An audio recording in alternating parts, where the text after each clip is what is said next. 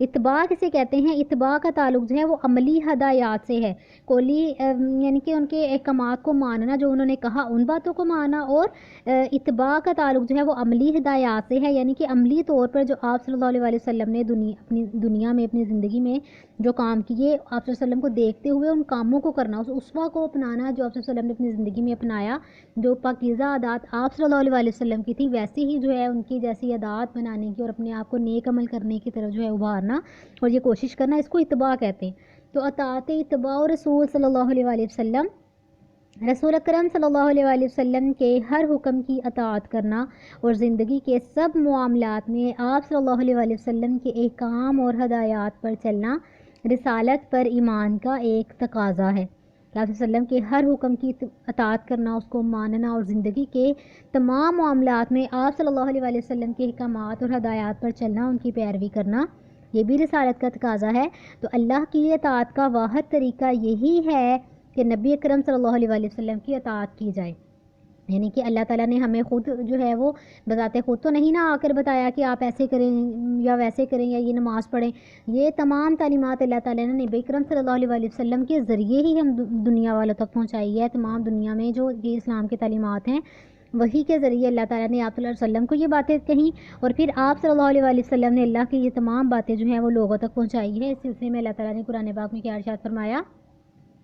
کہ اے مومنو، اللہ کی اطاعت کرو اور رسول اکرم صلی اللہ علیہ وسلم کی اطاعت کرو۔ یہ بیٹا سورۃ النساء کی آیت ہے، ٹھیک ہے، کہ واضح طور پر یہ اللہ تعالیٰ نے فرمان جو ہے وہ جاری کر دیا، یہ بتا دیا مسلمانوں کو کہ تم پر لازم ہے کہ اللہ اور اس کے رسول کی جو ہے وہ اطاعت کرو۔ تو رسول اکرم صلی اللہ علیہ وسلم کی مبارک سنتوں کا اتباع بھی ضروری ہے۔ سنت کہتے ہیں نا، حدیث کہتے ہیں کہ جو آپ صلی اللہ علیہ وسلم نے بات کہی، جو آپ نے بات کہی نا، اسی کے مطابق زندگی گزارنا، وہ بات سن کر اپنی زندگی میں اس کو لاگو کرنے کی لیکن سنت جو ہوتی ہے، سنت وہ طریقہ ہوتا ہے جو آپ صلی اللہ علیہ وسلم نے زندگی میں کیا، جو کام کیے آپ صلی اللہ علیہ وسلم نے۔ تو اتباع کا جو تعلق ہے یہ بھی بہت، یہ سنتوں سے اس کا تعلق ہے، کیونکہ آپ صلی اللہ علیہ وسلم نے زندگی میں جو کام کیے، جو نیک آپ نے اسوہ اپنایا، تو ان کی اتباع کرنا بھی ضروری ہے۔ آگے بیٹا دیکھیں، یہی بات جو ہے وہ واضح ہوئی ہے کہ اطاعت کا تعلق جو ہے، اطاعت جو کرنی، اس کا تعلق کلی احکامات سے ہے، یعنی کہ آپ صلی اللہ علیہ وسلم نے جو باتیں کہیں ان کو مان لینا، جو کچھ کہا ان کو مان لینا، ان کو ویسے ہی جو ہے وہ کرنے کی کوشش کرنا۔ مگر اتباع کا تعلق جو ہے وہ عملی ہدایات سے ہے، یعنی کہ عملی طور پر جو آپ صلی اللہ علیہ وسلم نے کام کیے، وہی کام دنیا میں خود اپنی زندگی میں لاگو کرنے کی کوشش کرنا، خود بھی ویسے کام جو ہے وہ کرنے کی کوشش کرنا۔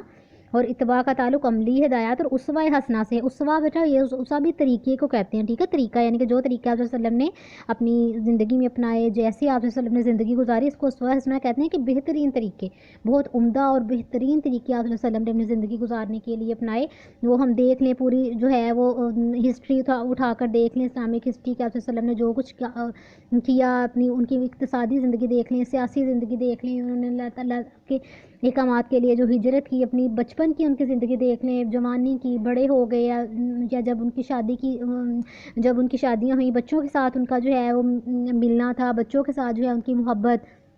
بڑوں کے ساتھ ان کی ڈیلنگ، یعنی کہ ہر معاملہ آپ دیکھ لیں، وہ کوئی بھی ہو، معاشرتی ہو، معاشی ہو، اقتصادی ہو یا سیاسی ہو، کوئی بھی معاملہ وہ آپ صلی اللہ علیہ وسلم کی زندگی سے ہم مثالی طور پر دیکھ لیں تو آپ صلی اللہ علیہ وسلم نے ہمارے لیے بہترین مثالیں جو ہے وہ قائم کی ہے، بہترین جو ہے وہ نمونے ہمارے لیے موجود ہیں، بہترین اسوہ ہمارے لیے موجود ہے۔ تو آپ صلی اللہ علیہ وسلم نے یہ ہمارے لیے دنیا کو ہدایت دینے کے لیے یہ جو ہے وہ اتنے خوبصورت طریقے ایسے ہمیں دیے، جس کی وجہ سے ہم اپنی زندگی گزار کر نہ صرف اپنی دنیا جو ہے دنیا میں کامیاب ہو سکتے ہیں، بلکہ آخرت میں بھی ہم اللہ کے حکم سے کامیابی حاصل کر سکتے ہیں۔ تو اللہ تعالیٰ نے کیا ارشاد فرمایا کہ تم میری اتباع کرو، اللہ تم سے محبت کرے گا۔ اتباع بھی کہتے ہیں نا کہ طریقے کو، یعنی کہ اس طریقے کو اپنانا، یعنی کہ جو حکم اللہ تعالیٰ نے دیا کرنے کا، جو آپ صلی اللہ علیہ وسلم نے کام کیے، اس طریقے کے مطابق اپنی زندگی گزارنا اور ویسے ہی اپنے آپ کو جو ہے وہ لے کر چلنا۔ تو یہ کرنے سے کیا ہوتا ہے کہ اللہ تعالیٰ جو ہے وہ تم سے محبت کرے گا۔ تو رسالت پر صحیح ایمان کے حامل وہی لوگ ہیں جو کہ رسالت پر ایمان لاتے ہیں نا، تو وہی لوگ واقعی پکا ایمان لاتے ہیں جو کہ پہلے ان تمام تقاضوں کو پورا کرتے ہیں. یعنی کہ صرف وہ زبان سے کہتے رہتے، اگر جو کوئی شخص یہ کہے صرف زبان سے کہتا رہے کہ میں تو جو رسولوں پر ایمان لایا ہوں، میں تو جو ہو سارا میں مانتا ہوں کہ اللہ کے آخری نبی ہیں، اور صرف وہ دل سے اگر اس بات کا اقرار کرے لیکن وہ یہ سارا کچھ کام نہ کرے، وہ نہ تو اللہ کے رسول سے محبت کرے، نہ ان کی تعظیم کرے، نہ ہی ان کی مدد کے لیے کچھ اہم کام کرے کہ ان کے دین کی اشاعت یا ان کے احکامات کو جو ہے پورا کرے، اور نہ ہی وہ اطاعت کرے، نہ ہی ان کی احکامات کا اتباع کرے، نہ ان کی اطاعت کرے، تو اس کا مطلب یہ ہے کہ وہ پکا مومن نہیں ہے، وہ صحیح طرح جو ہے وہ رسالت پر ایمان نہیں رکھتا. تو اگر کوئی شخص جو ہے رسالت پر صحیح ایمان کوئی رکھتا ہے، صحیح ایمان کے حامل وہی لوگ ہیں جو کہ رسالت کے تقاضوں کو پورا کرتے ہیں. ٹھیک ہے، رسالت پر صحیح ایمان کے حامل جو ہیں وہ وہی لوگ ہیں جو یہ پیچھے تقاضے چاروں بتائے ہوئے ہیں، جو ان تقاضوں پر پورا اترتے ہیں، یہ چاروں کام کرتے ہیں، وہی جو ہے وہ رسالت کے تقاضوں کو پورا کرتے ہیں. اور رسالت کے تقاضوں کو پورا کرنے سے ہی صحیح ایمان جو ہے وہ حاصل ہوتا ہے. اگر کوئی شخص یہ دعویٰ کرتا ہے کہ وہ واقعی ایمان والا ہے یا واقعی وہ جو ہے ایمان رکھتا ہے، تو اس پر واجب ہے، اس پر ضروری ہے، فرض ہے کہ وہ ان تمام تقاضوں کو پہلے پورا کرے. ان تقاضوں کو پورا کیے بغیر ایک شخص جو ہے وہ دائرہ ایمان میں داخل نہیں ہو سکتا. تو اسی لیے سب مسلمانوں کو چاہیے کہ رسالت کے تقاضوں کو عملی طور پر اپنائیں، عملی طور پر جو ہے وہ ان